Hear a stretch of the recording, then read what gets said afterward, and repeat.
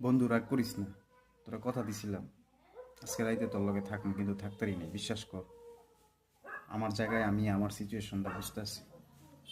অবিবাহিত আর বিবাহিত দুইজনের জীবন দুই রকম, ভিন্ন এক লাইফ।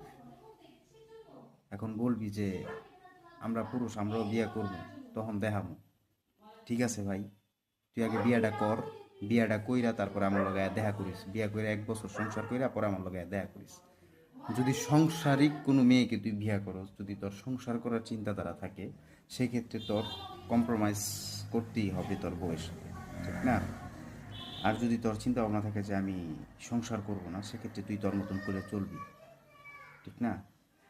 যাই হোক, কথা বাড়াবো না বন্ধু, তুমি আমাকে ক্ষমা করে দিও, আমি তোমার কথা রাখতে পারি নাই বন্ধু।